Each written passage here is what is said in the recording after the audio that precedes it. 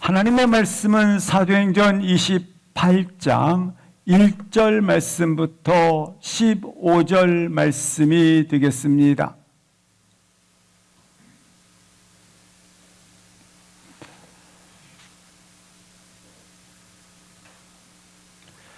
사도행전 28장 1절 말씀부터 15절 말씀 함께 합독하십니다.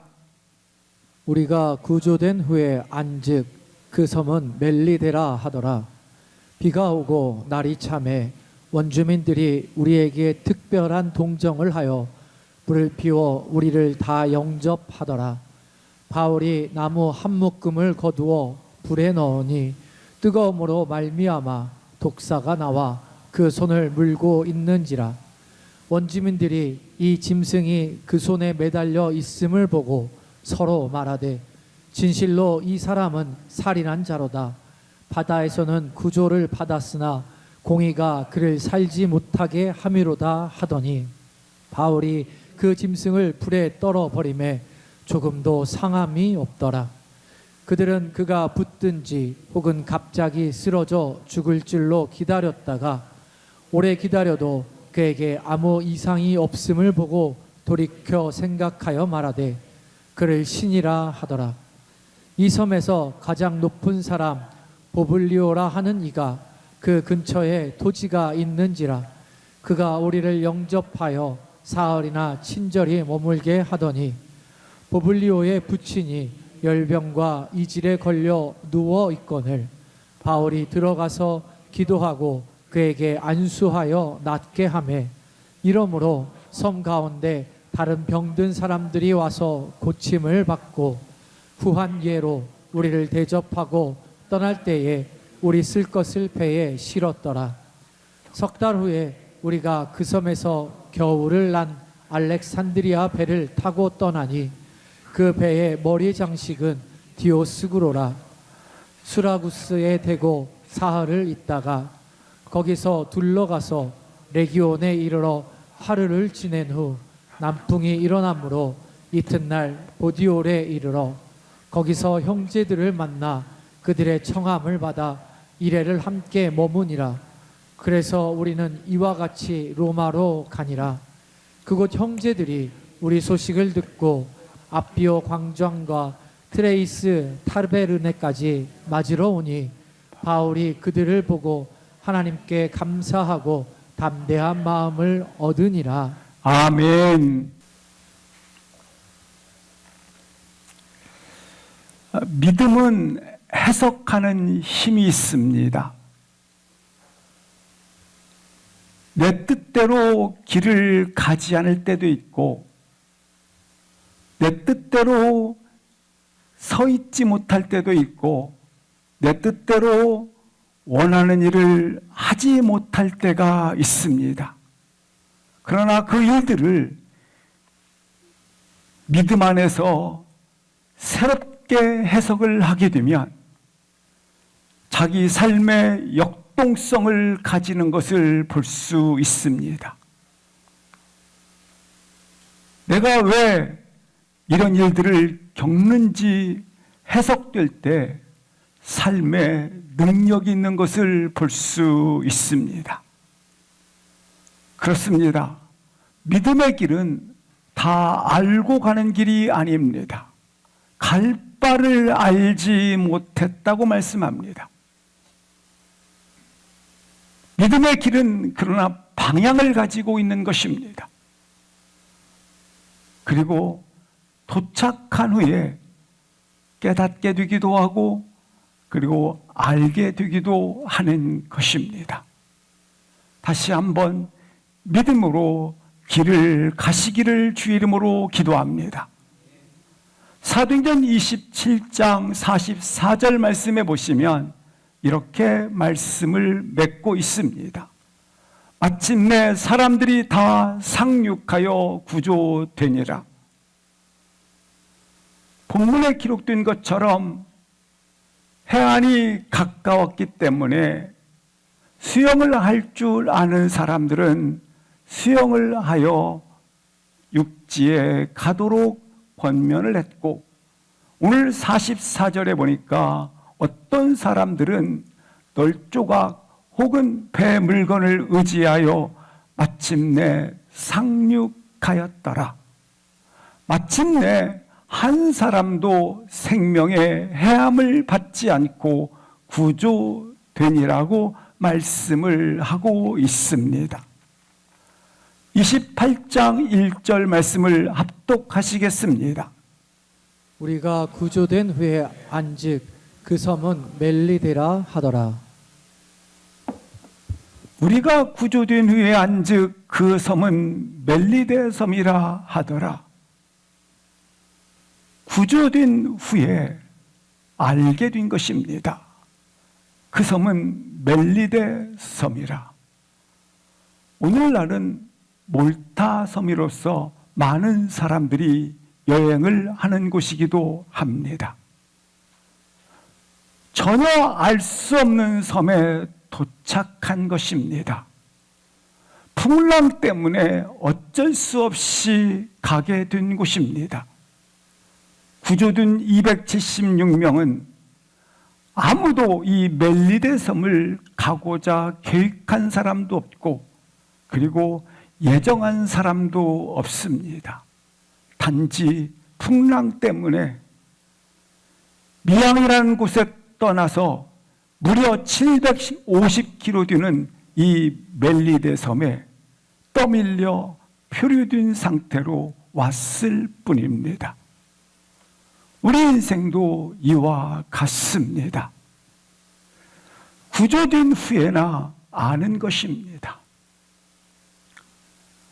내가 원했기 때문에, 내가 계획했기 때문에 가졌다기보다는 여기 와서 보니까 깨닫게 된 것입니다. 가보고 나서야 그렇구나, 여기가 멜리데 섬이구나 알게 되었다고 하는 것입니다. 뜻밖의 와 보니까, 거기 가보니까, 표류되어져서 도착해 보니까 여기가 어디인지를 알게 되었다라고 말씀을 합니다. 구조된 후에 안즉, 그래서 배가 깨졌구나. 그래서 산산조각 났구나. 그래서 표류되었었구나. 구조된 후에 알게 되었다고 하는 것입니다. 우리 인생도 그렇습니다.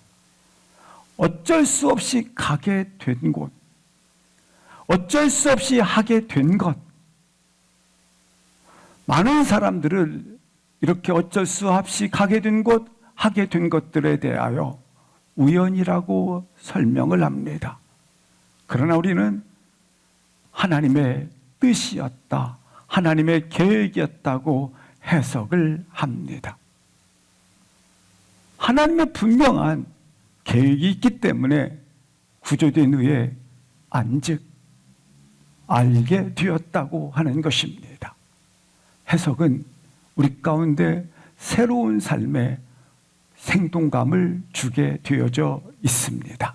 2절 합독하시겠습니다. 비가 오고 날이 참에 원주민들이 우리에게 특별한 동정을 하여 불을 피워 우리를 다 영접하더라. 겨우 목숨을 구조된 상태 속에서 도착해 보았을 때 비가 오고 날이 차가웠다고 말씀을 하고 있습니다. 바울 사도가 이미 비가 오고 날이 찰 것이므로 미양에서 계속 겨울이 지나는 날 동안 함께 머물다 떠납시다 제안을 한 적이 있습니다. 막상 멜리세돔에 도착해 보니 비가 오고 날이 찼다고 하는 것은 겨울이 됐다라고 하는 것입니다. 그래서 얼마나 지금 추위가 밀려오는지를 보여주고 있는 말씀이 되는 것입니다. 미양에서 출발을 하여 지금 여기 멜리데 섬에 이처럼 도착해 있었다라고 하는 것입니다. 그런데 놀랍게 멜리데삼의 원주민들에 의하여 특별한 동정을 받게 되었는데 불을 피워 뜨겁게 환대해 주었고 영접해 주었다라고 하는 것입니다. 여기 276명은 어찌 보면 물에 젖은 쥐들이 있지 않습니까? 그렇게 지친 상태로 지금 상륙해 있는 것입니다. 그런데 이들은 동시에 군복을 입은 군인들입니다. 그리고 이들 가운데는 죄수가 있고 뿐만 아니라 이들 가운데는 상인들로 이루어져 있는 구성원들이 됩니다.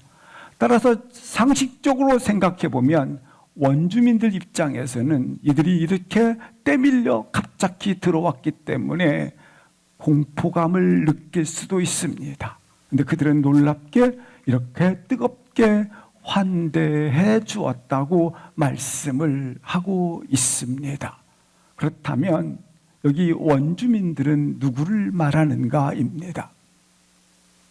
이렇게 환대해주고 뜨겁게 영접해준 이 원주민들 말입니다. 그들은 로마 사람들에 의해서 원주민이라고 보여지고 있고 불려지고 있고, 아니 세상 사람들로부터 원주민이라고 보여지고 있습니다. 이 원주민은 미개인, 그리고 이들은 야만이라고 보여지고 있다고 하는 것입니다. 유대인들은 히브리 출신이 아니면 그들은 다른 모든 사람들을 뭐라고 부릅니까? 이방인이라고 불립니다. 이것은 우리도 동일하게 가지고 있는 습관 중에 하나입니다. 왜 이렇게 당신은 원주민이다 그렇게 바라보고 당신은 이방인이다라고 그렇게 부르고 있는가? 선입견 때문에 그러한 것입니다. 야만이라고 부르고, 그리고 원주민이라고 부르고, 그리고 그들을 향해서 미개인이라고 바라보고 부르고 있지만 오히려 그들로부터 이처럼 뜨거운 환영을 받았다라고 하는 것입니다. 분명한 것 따라서 어떤 민족이든 어떤 나라든 어떤 사람이든 세상에는 미개인이 없습니다. 세상에는 야만인이 없다고 하는 것입니다. 그러나 인간들은 끊임없이 열등민족, 우등민족으로 구분을 합니다. 끊임없이 전쟁 기술을 잘 개발한 나라, 그리고 고등교육을 받은 나라, 돈이 부자인 나라, 그리고 끊임없이 교육 수준이 높을 뿐만 아니라 과학기술이 뛰어난 나라, 이런들은 우등민족이요, 가난한 나라, 자연스럽게 사는 단지 교육이 얕은 나라, 못 사는 나라, 열등민족이라고 사람들은 자꾸 구분을 한다고 하는 겁니다. 우리보다 못하다라는 겁니다. 아닙니다. 하나님 앞에서는 어떤 민족도 어떤 사람도 미개인, 야만인은 없다고 하는 것입니다. 우리 예수님께서 우리 가운데 생명을 전하기 위해서, 그는 본질상 하나님과 하나님이십니다. 그런데 하나님이시지만 진노의 자식인 나, 사람의 모양을 입으셨지 않습니까? 나와 똑같은 자 되지 않으셨습니까? 본질상 다른 분이지만 우리와 똑같이 되셔서 복음을, 생명을 전하셨습니다.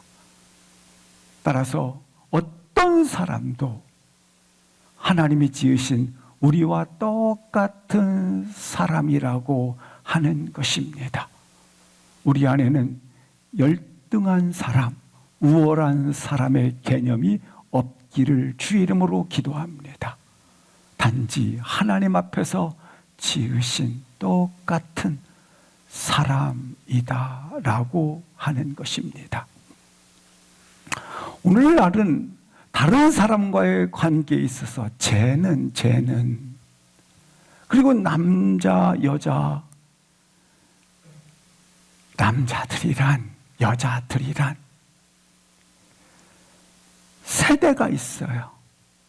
나 때는 안 그랬는데 오늘날 아이들은 참 버릇이 없어. 이 선을 긋는다라고 하는 겁니다. 경계선을 쌓는 것입니다. 담을 쌓는 것입니다. 우리는 분명히 기억하십시오. 너와 나는 주님 안에서 한 형제 자매로 시온성을 향하여 걸어가는 하나님의 생명을 받은 존귀한 자라는 사실을 동일하게 기억할 수 있기를 주의 이름으로 기도합니다. 예수님께서 이 땅에 왜 오셨습니까? 경계선을 깨기 위해서 오셨습니다. 담을 깨뜨리기 위해서 오셨습니다. 근데 사람들은 자꾸 경계선을 만드는 것입니다. 이처럼 미개인, 이처럼 야만인, 우등민족, 담을 만드는 것입니다. 이 모든 것들이 다시 한번 나의 생각 속에서 부서지기를 주의 이름으로 기도합니다.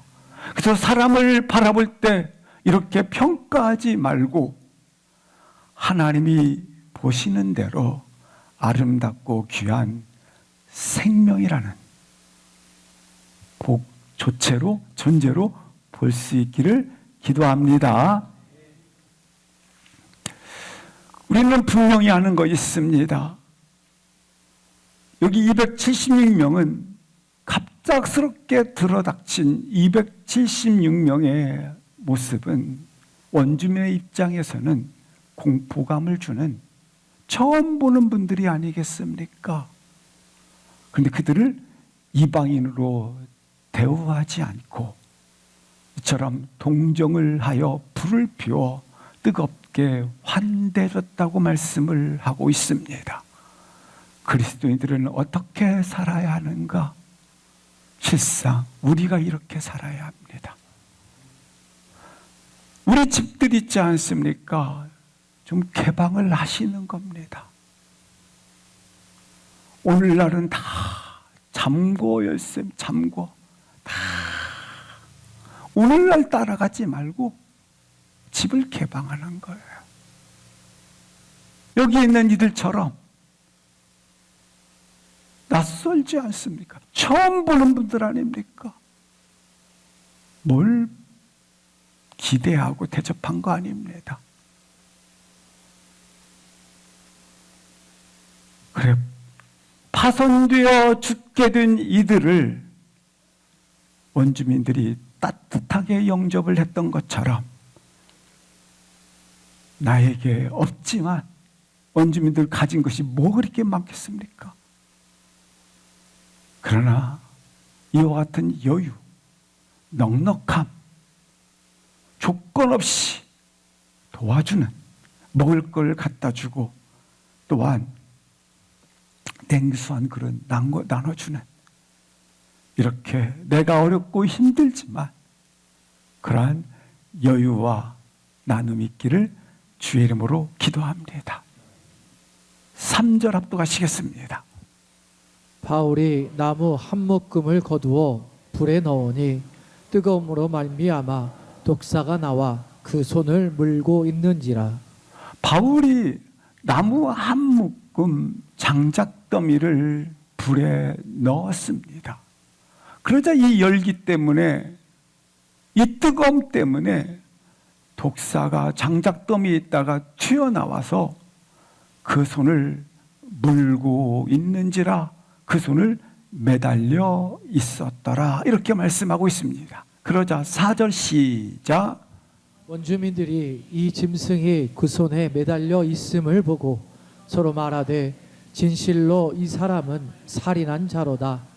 바다에서는 구조를 받았으나 공의가 그를 살지 못하게 함이로라 하더니 원주민들 그들은 그들의 문화에 따라서 아니 고대 신화가 있었습니다. 근데 그들 속에 하나의 문화가 있었는데 짐승이 그 손에 매달려 있으면 어떤 자느냐면 그들은 살인죄를 저지른 자들일 것이다 라는 그런 그들만이 가지고 있었던 들은 그와 같은 신화 있었던 것입니다. 신의 심판을 받을 것이다.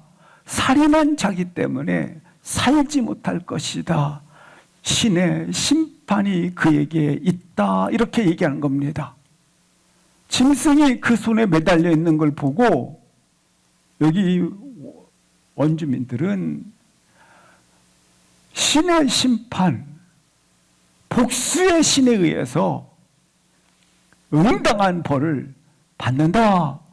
이렇게 생각을 하였다고 하는 것입니다.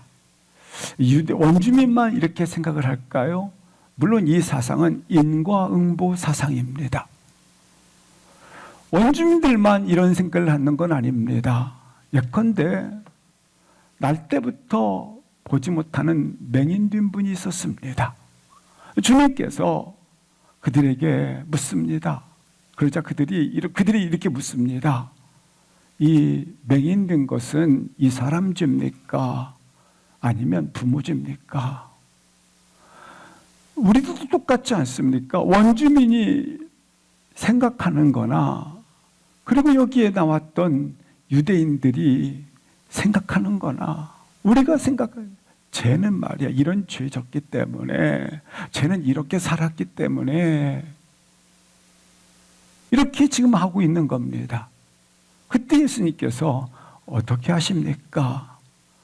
그들에게 말씀하기를 부모의 죄도 아니요 그렇다고 저 사람 죄도 아니라 하나님이 행하신 일을 드러내고자 함이라 말씀해 주십니다. 그래요. 사람들은 생각한 대로 생각합니다. 생각하던 대로 생각해요. 여기 독사에 물렸으니 신의 심판이 있다. 이미 신으로부터 들었던 생각하고 있던 것들을 그대로 말한다라는 겁니다. 맹인된 자가 맹인이 된 것, 이미 들었던 것들, 부모의 죄든지 죄 때문에 그렇대. 이렇게 생각을 한다라는 겁니다. 5절 6절 합독하시겠습니다. 그 이야기가 5절 6절에 나옵니다. 시작. 바울이 그 짐승을 불에 떨어 버림에 조금도 상함이 없더라. 그들은 그가 붙든지 혹은 갑자기 쓰러져 죽을 줄로 기다렸다가 오래 기다려도 그에게 아무 이상이 없음을 보고 돌이켜 생각하여 말하되 그를 신이라 하더라. 5절 6절 말씀해 보시면 바울이 그 뱀을 불에 떨어뜨렸습니다. 그러자 바울은 조금도 상함이 없었습니다. 원주민들의 예상이 있었습니다. 6절 보시겠습니다. 부어오를 텐데 아니 쓰러져 갑자기 죽을 텐데 오래 기다려도 한참 시간이 지났는데도 바울에게는 아무 이상이 없었더라. 그러자 원주민들은 그를 보고 신으로 여겼더라. 사람들은 다 이렇게 생각한다라는 겁니다. 바울이 독사에 물리기 전 살인자예요, 살인자. 그리고 독사에 물려서 물린 후 돌이켜 생각하기를 신이야 신. 사람들은 다 이렇게 생각을 한다라는 거예요. 사람들은 다 그런다라는 거예요. 여기에 있는 원주민만 이렇게 생각하는 게 아니에요. 유대인이 그렇게 생각하고 그렇게 보고 있었지 않습니까? 마찬가지로 사람들은 그런다라는 거예요. 그럼 어디에서 이런 생각을 하는가? 신화를 통해서 들었든지, 부모를 통해서 들었든지, 이웃을 통해서 들었든지, 친구를 통해서 들었든지, 그 들었던 것들이 자기 생각이라고 생각을 해서 이게 내 생각이야. 그렇게 생각을 한다라는 겁니다. 아니 땐 굴뚝에 연기 나겠어.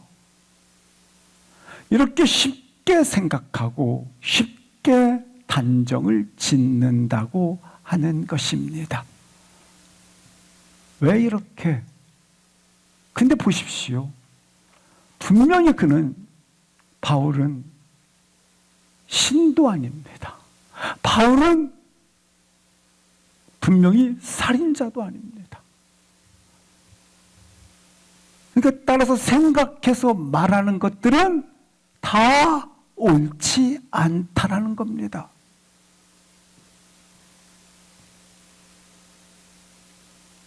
다 모두가 생각하며 사는데 그 생각하며 말하고 생각하며 살아갑니다. 근데 이게 틀렸다라는 거, 옳지 않다라는 겁니다. 성경은 사람이 이렇게 생각하는 것과 정 다릅니다. 하나님의 생각은 전혀 다릅니다. 하나님이 말씀하신 것과는 전혀 다릅니다. 인간의 생각과는 전혀 배치가 됩니다.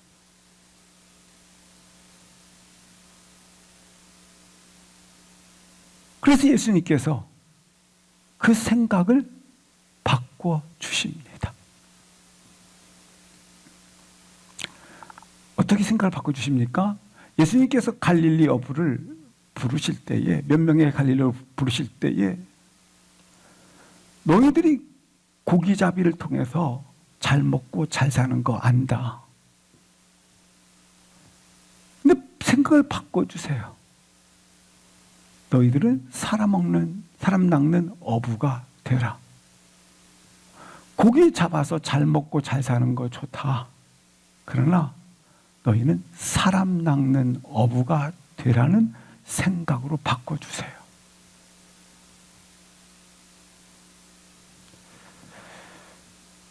죽은 지 사흘이 지났어요. 사람들의 생각에 썩은 냄새가 이미 나나이다. 근데 주님은 생각을 바꿔주세요.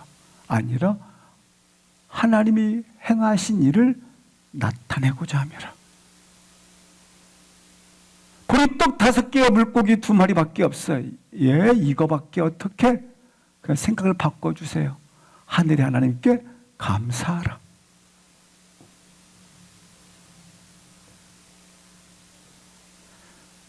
믿음이라고 하는 것은 오늘 이렇게 사람들이 생각하는 대로 생각하지 않는 것이 믿음이에요.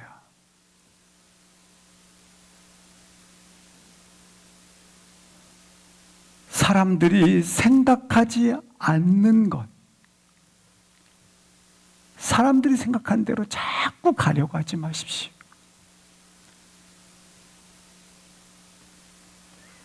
하나님께서 우리 가운데 구원하셨다라는 것은 아멘입니다. 분명히 지옥에서 천국으로 들어갑니다. 그러나 이 땅에서 구원했다고 하는 뜻은 이와 같이 고전을 통해서, 다른 사람을 통해서 들었던 그 생각이 나의 생각이 되지 않도록 생각의 틀을 부시는 것이 믿음입니다.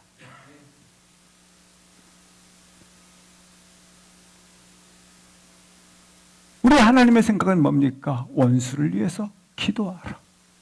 서로 용납하라. 오른밤을 때리면 왼밤 돌려 대라. 이처럼 믿음이라고 하는 것은 사람들이 생각하는 틀을 부실 수 있기를 주의 이름으로 기도합니다. 여기 사람들이 생각하는 거 보세요.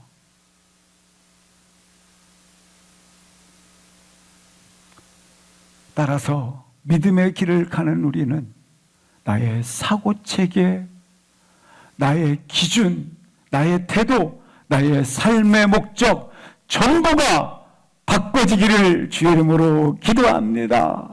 그래서 우리가 사람을 볼 때 판단치 말고 있는 그대로를 받아주십시오. 혹 내 눈에 그 사람 죄가 주렁주렁 많다 할지라도 내 입으로 그 사람의 죄를 지적하지 말고 하나님께 기도하셔서 하나님이 그 죄를 지적할 수 있도록 깨닫게 할 수 있도록 기도하십시오.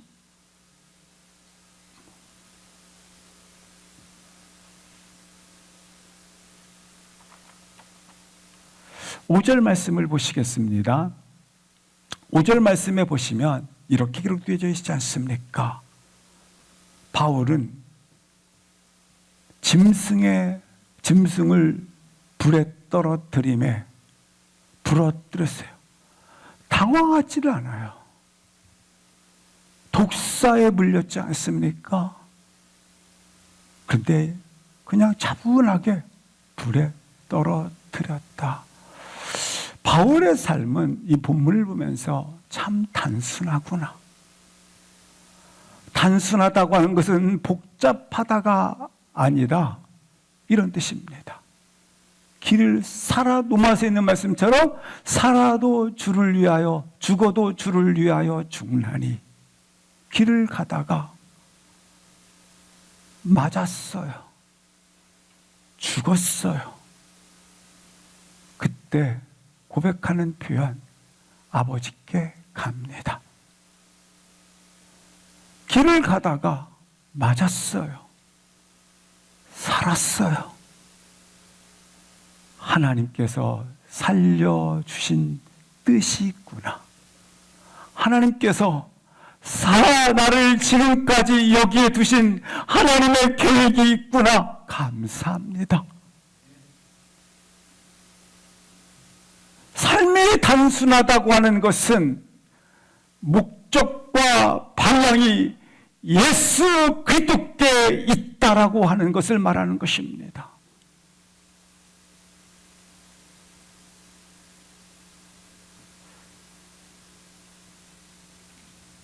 나의 모든 생각이 주님이 출발선이 되실 수 있기를, 출발점이 될 수 있기를 주의 이름으로 기도합니다. 바울은 원주민들에 의해서 신이라고 불립니다. 다시 한번 본문을 보시는 것처럼 신으로 여겼더라. 6절에 나오지 않습니까? 그를 여기 신이라고 여겼다는데 이 신은 어떤 신이냐면 사람들이 만든 신이라 불렸더라 이 말입니다. 그러면 사람들은 왜 신을 만듭니까? 두렵기 때문에 그렇습니다. 불안하기 때문에 그렇습니다. 그래서 두렵기 때문에 나보다 사람보다 강한 힘을 가진 누군가를 설정해서 섬기는 것입니다. 그래서 고대 때는 바람신, 나무신, 해신, 돌신, 불신, 물신, 불을 나는 주관하지 못하지 않느냐. 그런데 불을 주관하는 불신이 있을 것이다. 불신을 붙잡고 물을 내가 마음대로 할 수 없지 않느냐. 비 내리는 것들 아마 물신이 있을 것이다. 물신을 섬기고. 현대는 이렇게 신들이 있습니다. 만몬신. 역시 돈이면 다 돼. 돈신이 있습니다. 아스다로 신이 있습니다. 타산의 신. 역시 인구수가 경쟁력이야. 경제력을 가질 수 있어, 인구수가. 바알신, 강한 힘을 가져야 돼. 그런데 보십시오. 고대 때 많이 쓰였던 신들, 그리고 지금 불려지는 신들,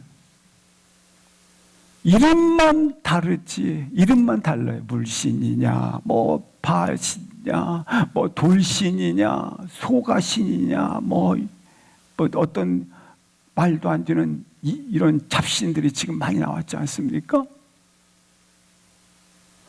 모양만 달랐지, 이름하고 모양만 달랐지, 자기보다 강해 보이는 것들을 신으로 만들어서 섬기고 있다고 하는 것입니다. 우리 주님께서 말씀하십니다. 겸하여 섬길 수 없느니라. 겸하여 섬길 수가 없는 것입니다. 하나님과 돈을 겸하여 섬길 수가 없습니다. 사람들은 좀 더 편안하게 할 수 있는 것, 나를 좀 더 부각시킬 수 있는 것, 나를 좀 더 강하게 하는 모습의 신들을 만들고 있는 것입니다. 이로부터 자유케 되기를 주의 이름으로 기도합니다. 7절부터 10절을 합독하시겠습니다. 시작. 이 섬에서 가장 높은 사람 부블리오라 하는 이가 그 근처에 토지가 있는지라.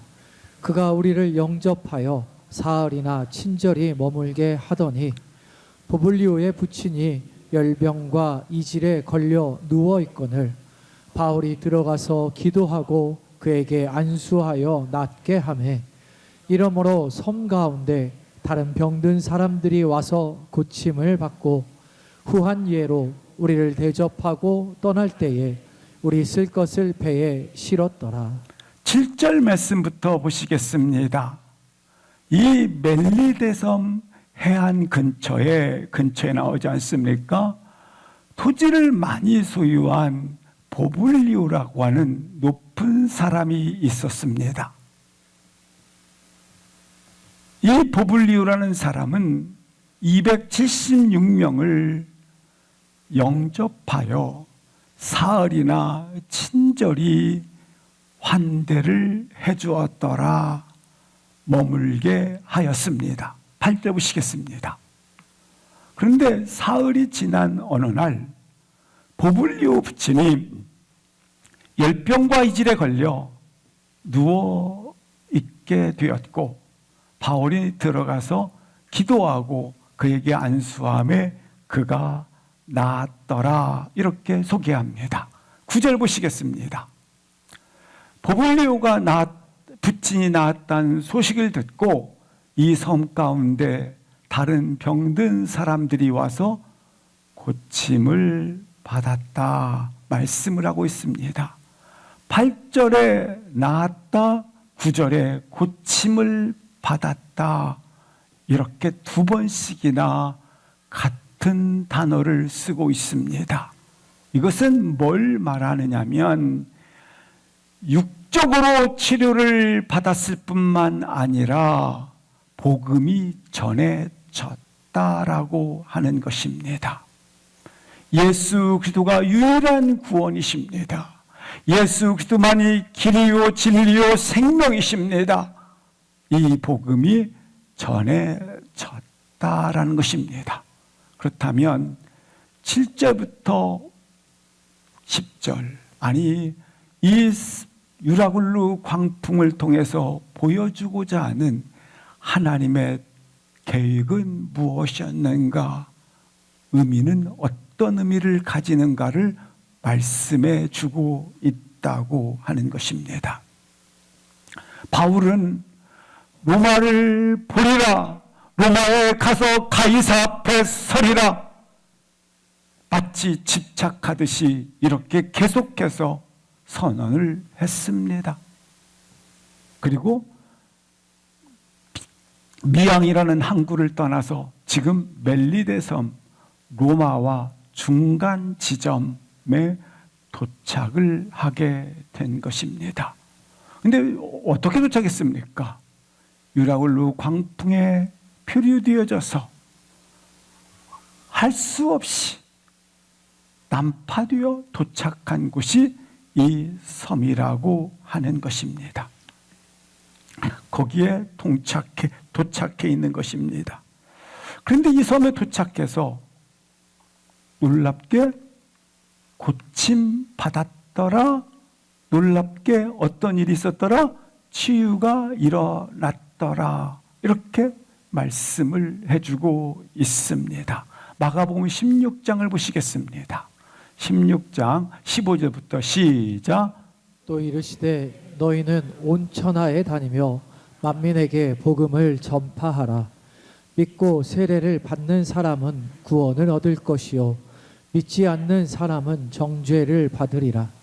믿는 자들에게는 이런 표적이 따르리니 곧 그들이 내 이름으로 귀신을 쫓아내며 새 방언을 말하며 뱀을 집어 올리며 무슨 독을 마실지라도 해를 받지 아니하며 병든 사람에게 손을 얹은즉 나으리라 하시더라.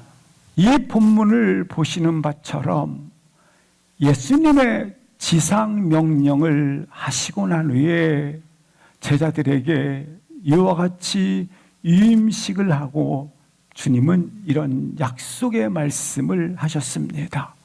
귀신이 떠날 것이며 고침을 받을 것이며 뱀을 집어올릴 것이며 무슨 독을 마실지라도 해를 받지 아니할 것이며 그리고 고침받고 나으리라. 주님이 말씀하신 바가 멜리데 섬, 어디에서? 섬에서 동일하게 누구를 통해서?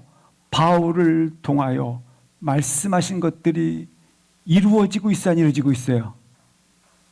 마가복음 16장에 주님이 말씀하신 바가 놀랍게 바울을 통해서 어디에서?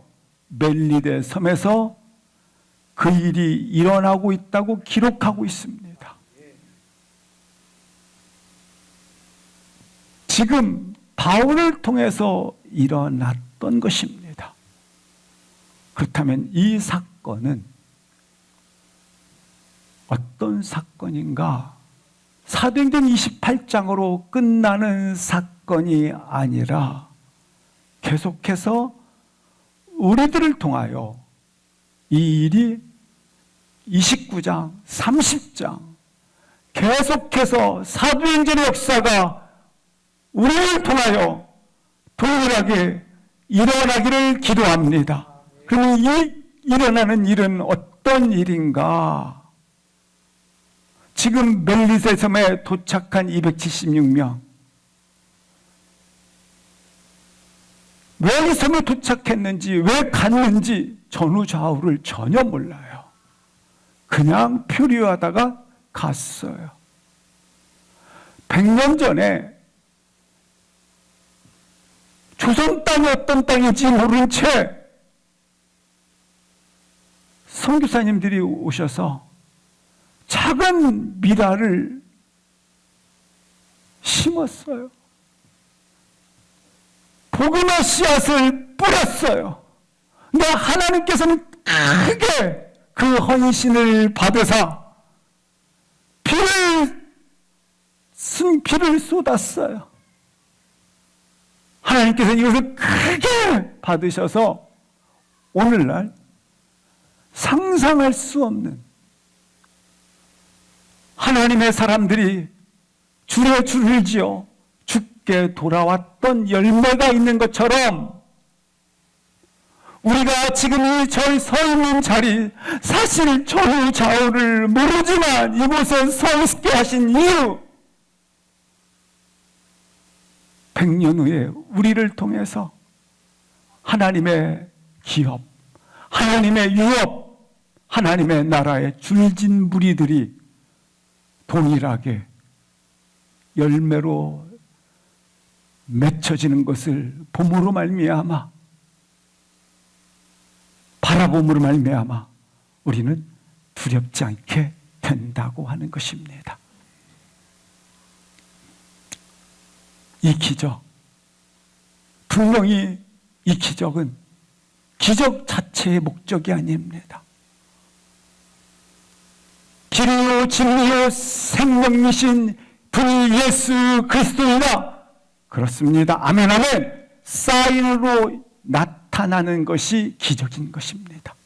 따라서 기적은 복음과 연결되어져 있는 마치 사인과 같다고 하는 것입니다. 오늘 본문에 나와 있는 것처럼 복음이 전해질 때에, 하나님의 나라가 임했을 때에 기적과 능력과 표적이 나타난, 그렇습니다. 하나님의 나라가 이곳에 임했습니다. 멜리데섬에 하나님의 나라가 이곳에 임했습니다. 복음을 전할 때에 그 사인으로 기적과 표적이 나타난 것, 고침받고 나았더라. 우리가 기다리던 메시아, 그분이 복음이시다. 그분이 오셨다. 그런 의미로서 기적과 표적, 낫고 고침을 받게 되었더라. 따라서 멜리데 섬에 전후 좌우를 모르는 채 표류되어 떠밀려 와서 이곳에 서 있었던 하나님의 계획은 멜리데 섬에 복음이 전해지고, 그리고 낫고 치료되짐으로 말미암아 하나님의 통치가 멜리데 섬에서 시작되었습니다.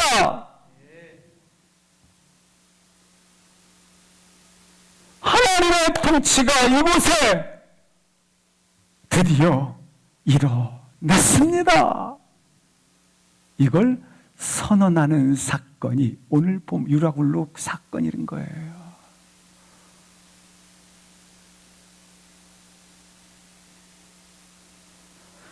예수님의 오심에 대해서 이사야 선지자가 이렇게 예언을 합니다. 그것을 마태가 그대로 기록을 하고 있어요. 마태복음 4장 16절을 같이 한번 읽겠습니다. 시작. 흑암에 앉은 백성이 큰 빛을 보았고 사망의 땅과 그늘에 앉은 자들에게 빛이 빛이었도다 하느니라. 멜리데 섬의 사람들은 흑암에 앉은 백성들이었고, 멜리데 사람들은 사망과 그늘에 앉은 자들이었습니다. 그런데 한 난파된 배가 전후 좌우도 알지 못한 채 276명 안에 거기에 한 사람이 도착을 했고, 그가 와서 감사하게 복음을 전했더니 놀랍게 큰 빛이 임했더니, 복음을 전했더니 빛이 빛이었더니 예수 그리스도가 메시아라는 것을 전했더니 빛이 빛이었더니 놀랍게 그렇습니다. 맞습니다. 고침받고 나음이 있었더라. 그래서 본문에 뱀을 집으며 무슨 독을 마실지라도 해를 받지 않는 기적, 병든 자에게 손을 얹고 낫고 치료되었던 이적, 바로 하나님의 통치가 임하였습니다. 이 선언을 하는 것입니다. 미신과 우상 숭배로 묶여있던 멜리데 사람들에게 하나님의 통치가 시작된 것입니다. 언뜻 생각하기에 하나님께서 대로마, 부자의 나라, 대도시, 큰 나라, 휘황찬란한 나라에 거기에 관심이 다 있다고 생각할 수 있습니다. 그러나 너희는 땅끝까지 이르러 어디에 있든지 하나님의 통치가 있음을 선언하는 자로서 바울로 하여금 이처럼 난파되어 본인은 분명히 계획했거나 본인은 분명히 이곳을 예비했던 길이 아닙니다. 내 뜻과는 전혀 정반대의 길에 서 있지만 하나님이 거기에 있게 하셔서 놀랍게 하나님께서 멜리데 섬, 누구도 차지하지 않는 작은 섬, 누구도 찾아오지 않는 이 섬, 누구도 복음을 전하지 않을 이곳, 어떤 누구도 와서 버려진 이곳, 미개인이라고. 근데 하나님은 이곳을 사랑하십니다.